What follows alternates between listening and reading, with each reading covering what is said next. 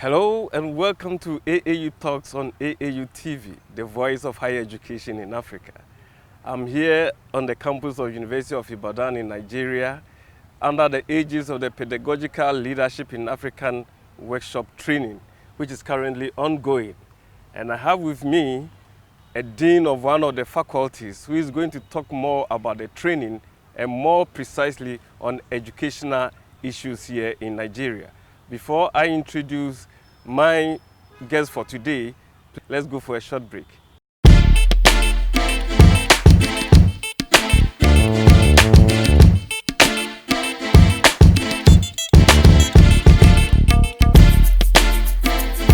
Are you an institution or individual? Do you intend to organize a memorable event to be archived for future reference? Then look no further than AAU Studios because it's your best bet. With our spacious studio and state-of-the-art media equipment such as 4K Panasonic video cameras, KinoFlow lights, assorted microphones, live streaming machines and others, you are sure to get the best of production. Visit us at Trinity Avenue, East Legon, adjacent the National Accreditation Board, or contact the AAU studio via the following addresses: info@aau.org, AAU TV @aau.org, Ransford@aau.org. Alternatively, you can call us on 0244 185 998 or 0244 693 342. Welcome to AAU Talks on AAU TV. Today at the University of Ibadan, I'm privileged to have Professor Julius Ademokoya, who is the Dean of the Faculty of Education at University of Ibadan. And we are here to talk about university curricula in the 21st century. Welcome, Prof, to AAU TV. You're welcome. How are you? I'm doing very well, sir. Nice to have you in Nigeria. Thank you. And this is my first time on Ibadan soil. Oh, that's wonderful. Yes. You are in a good place. Thank you. Very wonderful place. Thank you. I'm sure you've been taking some of our delicacies. I am. Pounded yam, Yes. amala. Amala. What about eko? I'm No? here to taste that one. Okay. So you're welcome. Thank you very much. First, let me congratulate University of Ibadan for hosting the Pedagogical Leadership Training, which is under the aegis of PASGA. Yes. So far, what are your impressions about the ongoing training sessions? Well, I think so far so good. Okay. October last year, some of us were invited to Kenya, Nairobi, Ghana, Tanzania, Uganda, and a few African countries. Okay. And we had the first, what I can call inaugural meeting Okay. at Nairobi. And it was a wonderful experience. Right. My vice chancellor was there. Mm. Some of us, were there. University of Ibadan, from University of Lagos, and I think from University of Jos. Right. Delegates came from those universities. We were in in Nairobi. And when we went through either 8 or 10-day program, on pedagogy, it was a very wonderful experience. And the comment I made then was, this is one of the best things to happen in the recent time to the field of education and also in the higher education institutions. Okay, but what makes it so unique? So unique in the sense that the main theme, pedagogy, Yes. is an issue which will always be very relevant and important when it comes to teaching, Right. regardless of the field, regardless, of specialty. Whoever stands up as a teacher, either in medicine, either in social science, either in agriculture, should know what does it mean to teach. The character, the attitude, and the art of teaching, Right. which is itself pedagogy. That is the act of teaching. The science of teaching, Right. the art of teaching, the knowledge of teaching, all put together. So we call it pedagogy. Right.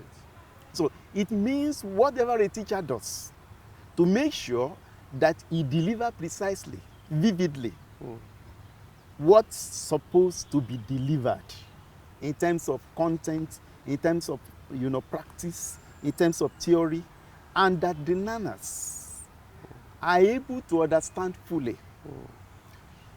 Pedagogy in 21st century is saying there should be a paradigm shift from teacher-oriented, teacher-centered teaching to learner-centered. The teacher shouldn't see himself as the alpha and omega of the teaching. Rather, he should see himself as the conduit, as the professional who is delivering a message to the learner. Right. And in the process of doing that, he must have in mind uppermost the learner and the circumstances surrounding the learner and the ability of the learner to acquire almost 100% of what is being taught. Right. But the issue is everybody who is teaching passionate about teaching, or people just choose teaching as an alternative source of livelihood? Oh, well, that's a very good question. I remember the keynote speaker, Professor Pai Obayam, in early 1980s. Then I was a student in the Faculty of Education. When he delivered his inaugural lecture, he was with us in the Faculty of Education, was my teacher. Right. The title of his inaugural lecture was and still is Teachers or Cheaters? Teachers or cheaters? Yes. Right. Now, he tried to define who is a teacher and who also is a cheater. A teacher is the one that is professionally trained, who acquire the burden of knowledge and the practice of how to teach. A cheater is somebody who, for certain circumstances, find himself in teaching profession. All right. He lacks the understanding and the method of teaching. But, like many people say, teaching is cheap. As long as he stands up to say something and he believes the students or learners have caught or understood. But that is not what a teacher is. A teacher, like I've mentioned to you, has acquired the body of knowledge under prescribed program. Okay? Yes. He is also certified. He's qualified. He sees teaching as his profession. His interest is tied to it. Right. He wants to give his best. Not just a wanderer who maybe for any reason couldn't get what he was looking for and then decided to, let me go into teaching. At least if you can't have what you are looking for, you take whatever you see. Okay. Now let's come back. As a faculty of education at the University of Ibadan, how do you monitor the progress of teachers who are delivering to the students? Thank you very much. We have different criteria, for monitoring teachers. Okay. Funny enough, in universities we call them lecturers, but we particularly, in the field of education, that whatever title you carry, a teacher is always a teacher. Now, of course, like I've mentioned to you, teachers must be certified. Yes. He must be qualified. There is every evidence to prove that he's a teacher, a trained one. He also must prepare adequately, sufficiently, mentally, psychologically, to teach not just for a week or a semester. It's on a daily basis. That is why we emphasize the issue of lesson notes. So the lesson notes is a must for every lecturer? It's a must for every lecturer. Okay. You can't just go to class and assume I've been teaching this particular course for 20 years, so I know what to say when I get to the classroom. Okay.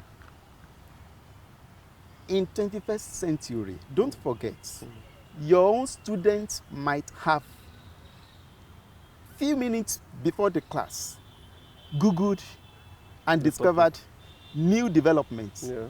new methods, new research findings. So you can't say that as a teacher you know it all.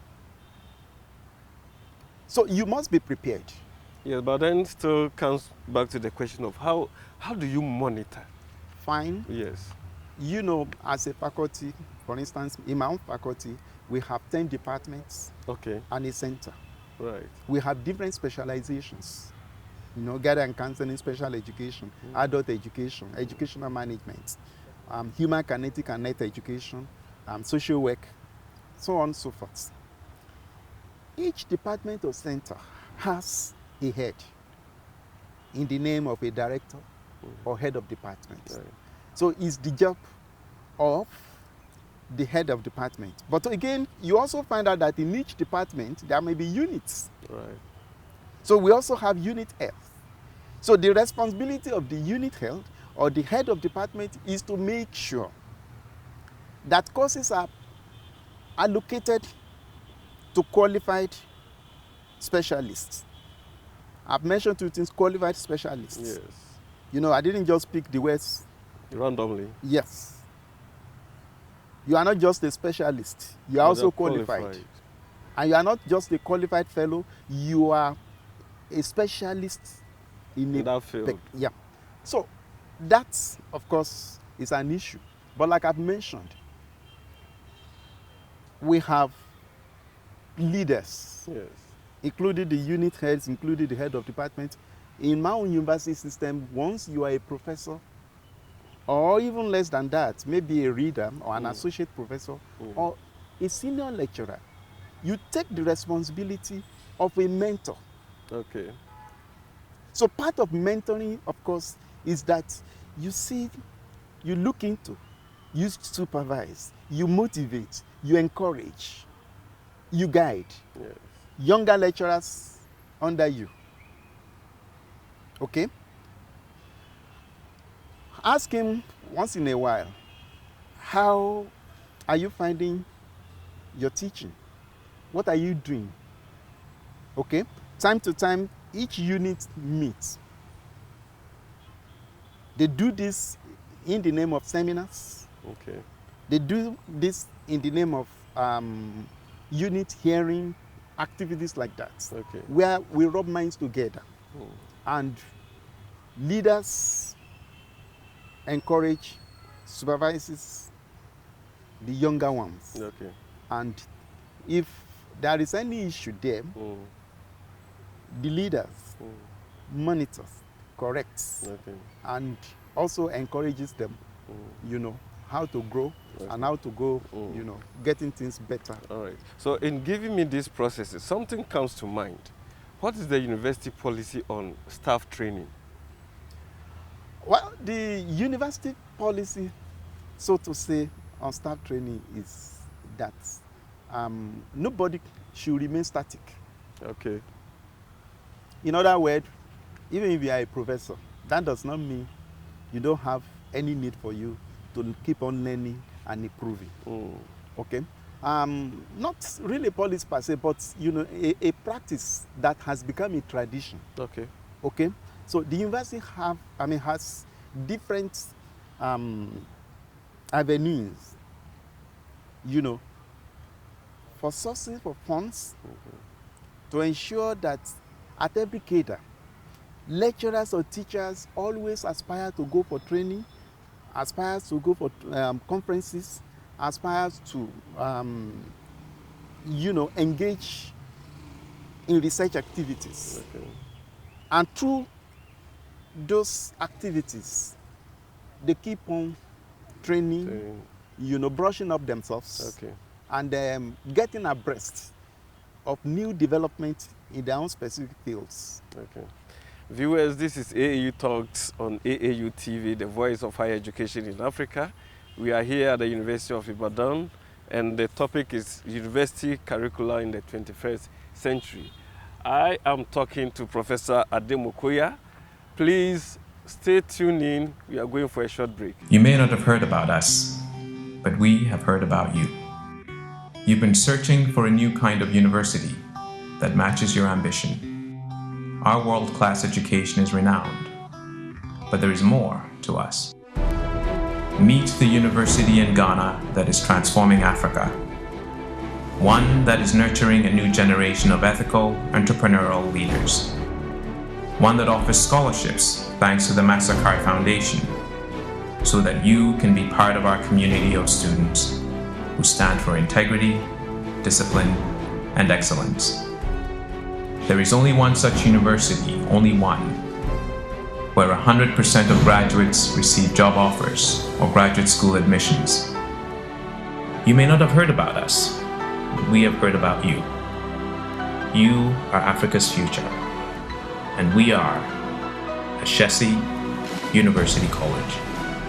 Together, we can begin to create a new Africa. Welcome back to AAU Talks on AAU TV. I am here with Professor Julius Ademokoya, who is the Dean of the Faculty of Education, University of Ibadan. And we are talking about the university curricula in the 21st century. So, Prof, now let's move on to another specific topic. What is the structure of the curriculum at the Faculty of Education? Just pick one department. Let's see the structure. Let's see what goes into it, what the teaching methodology, etc. If you can break it down. Yeah, thank you very much. Yeah, you need to understand that when we talk about curriculum, we are talking about a plan of action. Yeah. Where activities are serialized. A particular learning task could be broken into units. Okay. And for you to get into re-implementing a curriculum, many things must have taken place. For instance, we talk about curriculum development, which might have taken time, and also resources in terms of human and other resources put together to put the action plan together, package it together, and call it curriculum. Yes. Maybe curriculum for a particular specialization. Like I mentioned before, we have special education, for instance, Right. you know, as a course. And again, under special education, we also have specializations. Now, when you talk about structure, like we have mentioned, the organization of the curriculum itself, how it's being organized, the package of that curriculum, what are the elements that have been put together in terms of course content, what are going to teach. In terms of breaking it down, if you are going a class to teach a lesson that will last for 1 hour, how is it arranged that a particular learning task is accurately arranged within that time space? Now, what are the teaching resources? That's more important. The methodology you need to engage or interrogate. How do you interact with the learners? So how do you move step by step from the introduction to the evaluation? So all those things are meticulously planned. Okay. Yeah. And judiciously implemented. Right. But then the question is, what is the methodology? What is the best methodology to use under a pedagogical approach that makes the teaching and learning a win-win situation for both the learner and the teacher? Well, let me correct you. Okay. In education, we don't particularly identify or say a particular teaching method is the best. All right. Don't forget, I've mentioned earlier that we are moving from teacher-oriented, teacher-centered teaching style to learner-centered. Yeah. Now, a teacher carefully analyzes his learner. Okay. Taking so many things into consideration. The age, the cultural background, you know, the intelligent quotient of that child, All circumstances. But circumstances. Hold on a minute. In our typical universities, Yeah. you see one lecturer having a class of about 200 students. How can the teacher, well, maybe with assistance of teaching assistants, though, how can the teacher get to know each particular student and to know about the person's learning abilities or disabilities? Well, that's an issue we are trying to correct. Okay. There is no way a teacher can effectively handle Okay. a class made up of 200 students. It's just an unfortunate development. Right. And we have come to understand that there is a need to break such a large class into manageable units, maybe of 30. Okay? So let me mention an instance. You have a class of 100 students. You cannot effectively teach them. Of course, there is difference between teaching and lecturing. Yes. Your time may not allow us to dampen it to that. Okay. But teaching means you specifically, tactically deliver a particular learning task. Okay. And you, in the process of it, consciously get aware that the learner is following, and not just following, is also acquiring. So there is a very well articulated interaction. You have the feedback. Yes. Now, when the class is large, that is not possible. Yeah. So part of things we are saying is that there will be a need to break such classes into manageable sizes. Now, the issue is, how can it be done? If it happens that, it means teacher will find a way of teaching a particular class or a particular learning task several times, as many times as possible, or as required. Prof, and our timetable should allow for that. Yes, well, my concern, Prof, is that Africa has a bulging youthful population. Yeah. And now we are using open and distance learning. Yes. So we have to reach students everywhere. So is there not a challenge to educators that they cannot interact, like on a face-to-face to know each and every student that they lecture? See, we shouldn't allow circumstances to dictate to us. Okay. So how Rather, it is the tenets of teaching that must be followed to the religiously? letter. You understand? That we have large population of youths or students shouldn't be the issue. Okay. Now, let me take you Nigeria, for instance. We have federal universities, we have state universities many years ago. Okay. But when it's done on us that the available universities cannot accommodate, then the door was opened to state and private universities to take more. Okay? Now, again, another dimension is also the issue of open and distance learning. Distance education, which is also taking care. Now, take the distance education I'm talking about. Yeah, it's not just a matter of learning by correspondence. Okay. The timetable and the curriculum, the practice is organized in such a way that there are rooms and times, for one-on-one teaching. Right. Okay. So to avoid a situation where you just teach people by correspondence, and of course, there is no opportunity to interact with teachers. There is no opportunity to have one-on-one, interaction. Okay? So that should be a practice that every institution organizing distance or open education should adapt.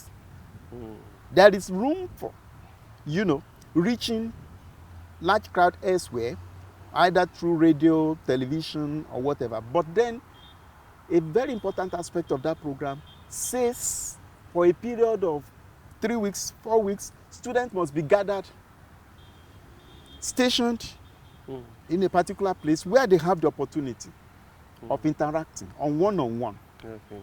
you know, with the teachers or the lecturers, so to say. All right. Now let's move to, the final segment of this interview. We are in an era where artificial intelligence or ICT is taking over almost everything. Go to industry, we Google and it is machines that are answering.